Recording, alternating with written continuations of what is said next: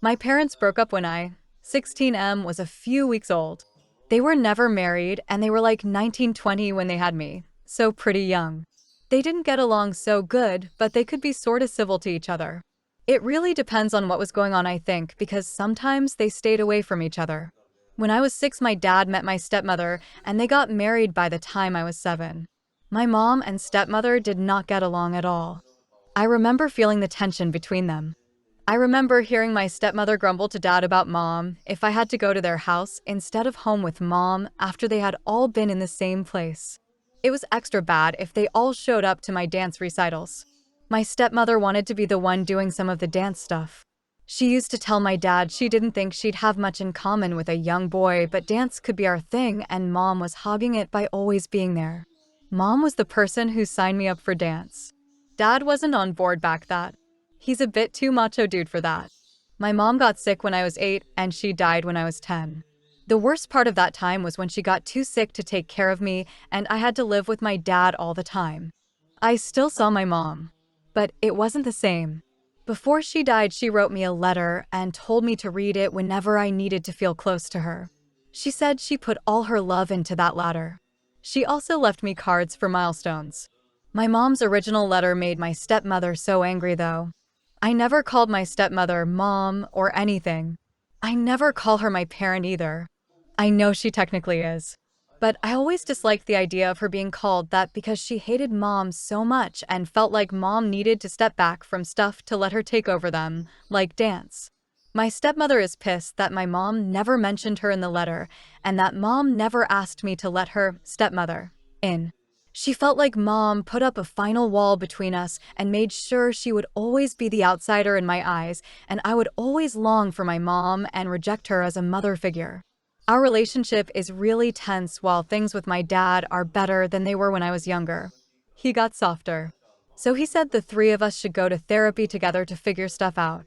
After 2 months of therapy, my stepmother wants the letter brought into sessions, and the counselor feels like that's a good idea and we should discuss the content of it since it's such a point of tension. But I don't want my stepmother anywhere near it. She's poison when it comes to my mom, and I don't want her to taint it. The counselor told me it would only benefit us all. My stepmother got mad and said even a piece of paper is more important to me than she is. We had 2 sessions since, and I did not bring it. This made my stepmother's anger worse. Comment 1. NTA. The contents of that letter are for you and you alone. Therapist be damned. Your stepmother should stop deluding herself into thinking you will ever acknowledge her as your mother. Had she and your mother been on better terms, maybe it's a different story. Comment 2. NTA and this therapist is not helping you. Do you ever get one-on-one time with them where you can explain yourself without your stepmother there? If not, tell your dad that this therapy isn't working for you and you won't continue unless you get some individual therapy as well. Comment 3. NTA, you should indicate to your therapist that you should be entitled to privacy re your relationship with your mother. It's your dying mom's parting gift to you that you treasure, and it's between your mom and you only. No one should be allowed to read it even if it's a point of contention. You have a mom and you have a relationship with her, and that should be respected. Reiterate that you are not open to sharing the letter or discussing the content as if is private.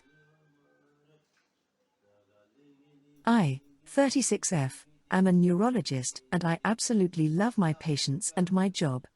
I believe there is no greater honor in life than being able to help others. The road to my medical degree was not easy, and it was paved with many rejections.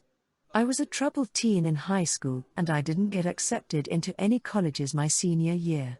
I had to work my way up, starting with remedial classes at my local community college.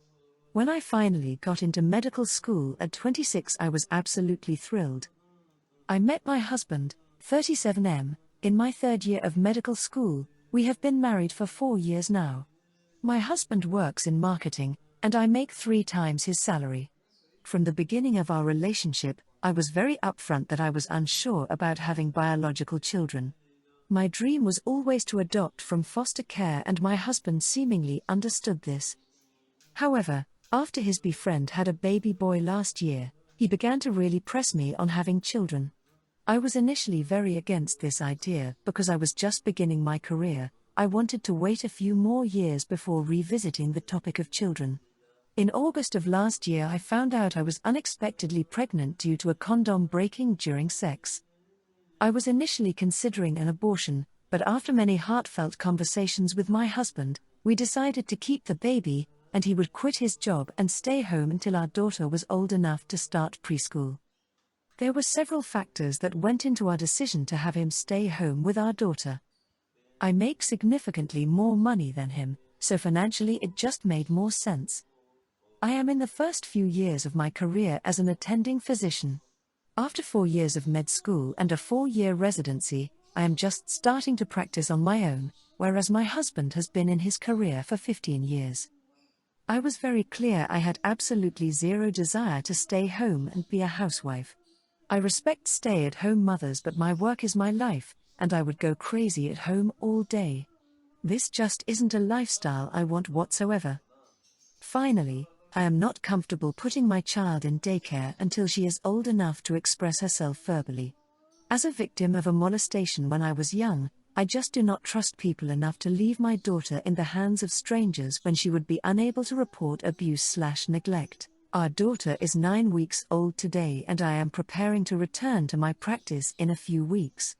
This weekend, I left my husband alone with our daughter while I attended a medical conference out of state. The conference was amazing, but when I returned home, my husband began acting weird. Today, when our daughter was napping, I pressed him to tell me what was wrong. He absolutely broke down and said he doesn't think he can do this. He expressed how trapped, alone and overwhelmed he felt all weekend. He now wants me to extend my maternity leave and is talking about trying to get his job back. This made me freak out, and I asked, well, what will we do with our daughter now? He responded by suggesting I leave my practice and work from home. I said absolutely not, and he suggested daycare. At this point I just lost my shit and screamed, if I knew you were going to back out of your promise to take care of our daughter, I would have never had your child. I know I completely overreacted, and I would never trade our daughter for anything. I love her so much. But I am so upset with my husband, and I'm not sure how to move forward at this point. Comment 1. NTA, you expressed boundaries and rules and he's crossed them. Stick to your boundaries. If he's unwilling, consider how important that boundary is to you and how far you're willing to enforce it. A child isn't something one can be so flippant over, and I changed my mind is unacceptable if he is the one that pushed for it in the first place. Also, economically it makes no sense. Comment 2. NTA. You didn't overreact, he needs a wake-up call. You only gave him something so enormous and major, his own biological child, because he promised not to destroy your career and trapped you as a mother. Now he's discovering that raising a child is non-stop hard work, something you were aware of before you ever got pregnant. Quite frankly, he only has 2 paths forward. Either he can be a stay-at-home dad and have all the support of a working spouse who comes home to share parenting, or you can divorce him and he can be a single father who gets child support. But he can't trick you into having his child and then claim it's too hard to be a father, and so you have to give up your life and dreams in order to become a supporting character of his dreams. Comment 3. NTA. But, OP, I would consider the red flags here. He wanted a child and you unexpectedly got pregnant. Now he wants to go back to work and the deal unexpectedly changed. Plus, why he felt alone and overwhelmed when he stayed home but seems no concern for you to stay home and surely feel the same? I, 16M, have 3 older half-siblings from my mom's first marriage, ages 25, 26 and 28. We lost mom last year. I live with my dad, who was their stepdad for like 19 years. They never accepted me or my dad. I always knew it deep down. They kinda kept the peace for mom when she was alive, but that was just not saying so much when she was alive, but still not really engaging with me or my dad. They'd visit mom and have a very forced civility with the 2 of us. After she died, they made it very clear they did not appreciate my dad organizing things. They said mom's true husband was their dad, and they were very smug when it came to light that Mom organized stuff herself and that she was intending to be buried with her first husband / my half-sibling's dad. They thought that meant they could tell us we weren't welcome at the funeral. It was also the first time in years they took glee in telling me I wasn't really their brother, I was just the second mistake Mom made after losing their dad. The first mistake being my dad. It became a huge deal, and at the funeral they actually said they were diving the side the immediate family would sit. Anyone on their side recognized essentially that my dad and I were mistakes Mom made and should not be there. A lot of Mom's family sided with my half-siblings, which stung. My half-siblings severed all ties to me and Dad. They have been clear they want nothing to do with us. My grandparents are the only maternal family who make the effort to include me still and be a part of my life. Aunts and uncles will speak to me, but some only do it to make excuses for my half-siblings or to mention Mom. There's a lot of family on my maternal side, and that comes with birthday parties and stuff. Whenever my half-siblings see me there, they make it clear I shouldn't attend. They have started yelling that the failed abortion shouldn't be there. A lot of the family stand by them. My grandparents normally try to calm them, and one aunt has called them out for treating me like shit when Mom loved me too and I'm still their blood. It's too much for me, and now that some of them are married and having their own kids, it feels like if I keep being where they're at, I'm going to deal with things getting worse. So I told my grandparents I won't attend family gatherings that my half-siblings attend anymore. My grandparents were really upset and told me I need to keep coming because I'm family, and they said I can't punish them for my half-siblings' behavior. I said it feels like most people don't want me there, and I don't like having to deal with the things they say about me. I know my grandparents are mad, and I get it. But I feel like I need to put myself first. Comment 1. NTA. Never feel guilty about excising toxic people from your life, even if they are related. No one deserves to be called a failed abortion. If you want to see your grandparents, there is nothing wrong with sticking to small gatherings that you or your father organize. You do not have to go anywhere you feel unwelcome. Be polite when invited to functions that your half-siblings will attend, like "I'm sorry, I have other plans. But I'd like to see you, can we get lunch together next week instead?" Comment 2. NTA. I'm sorry for your loss. You do whatever you need to for your own mental health and peace of mind. I do hope you still visit your grandparents whenever you want to and not just cut them out. I also hope that your half-siblings experience a lot of bad shit in their lives for being so vile. No offense to your mom, but it sounds like she didn't have good boundaries and never set them straight on this bullshit. If she had, I don't think this drama would have happened.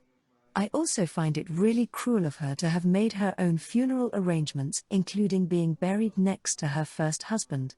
Did your dad know beforehand? Also, I find it disgusting that the grandparents have said nothing to squash this. Everyone is complicit, and they're literally bullying a 16-year-old kid. I-29F recently lost dad to a terminal brain tumor. Given 6 to 12 months to live, he wasted away to nothing, lost his ability to read, walk, eat solid food or go to the loo, and for very confused. We were losing a piece of him every day, grieving before we'd lost him. Dad lived abroad with stepmom Jenny and our sisters, teens. Bro, 27, flew out when he could, and I worked overtime to see him. I worked 7 days a week to pay for a simple wedding so Dad could come. 4 weeks before wedding, Dad told he can't fly. Fiancé offers to drive several thousand miles to pick Dad up, but he's too ill. Bro filmed the wedding, and I flew out after with the tape to see Dad. Bro spent his last Christmas with him. We flew out for his funeral and many times after to see Jenny and our sisters. We'd never got on with Jenny, but his cancer brought us together to realize what was important, or so I thought. Jenny was our stepmom since we were 10 and 8. She'd slag off Mom, and be nasty to Bro. I'd defend Bro. Dad stayed away as hated conflict. I disliked Jenny even when I left home. When she met my now husband but then BF of 6 months, she spent 2 hours telling him how awful I was. I couldn't say anything as in a foreign country with nowhere else to go. When Dad got ill, we supported and cared for him and each other, until now. A company contacts me regarding Dad's will. Jenny told me he didn't have a will, and I never questioned her getting everything as they were married. I asked Jenny for a copy and no response.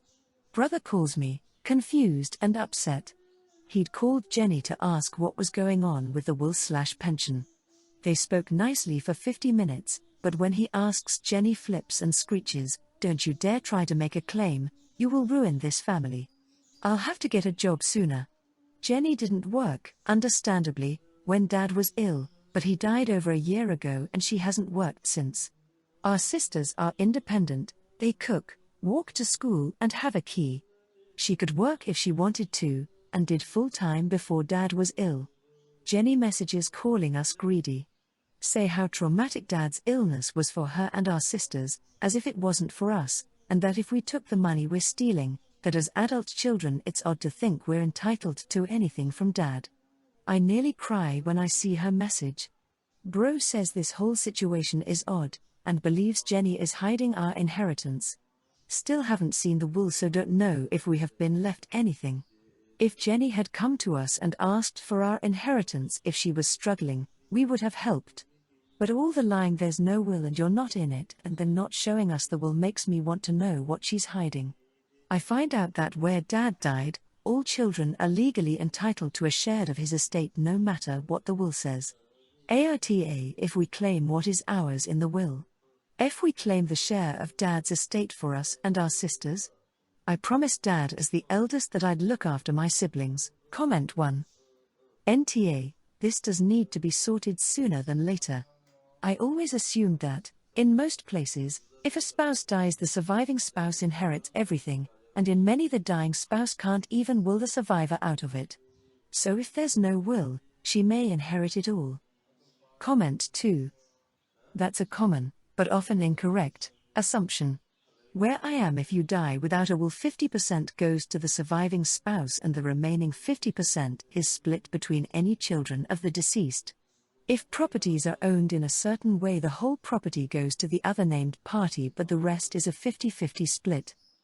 The other thing that catches people out here, this country, is that on remarriage any previous will is invalid, so it goes back to being intestate, so no will. Comment 3. NTA. I'm so sorry for the loss you and your brother experienced, it's heartbreaking to read. Seek legal advice and find that will and any accounts where you and your brother may be beneficiaries. She's still the same rude and disgusting person from your childhood, that unfortunately never changed. Don't pay attention to the disgusting messages Jenny will send and how she'll behave. She isn't family and doesn't care for you. Find your dad's final wishes and intentions for his assets.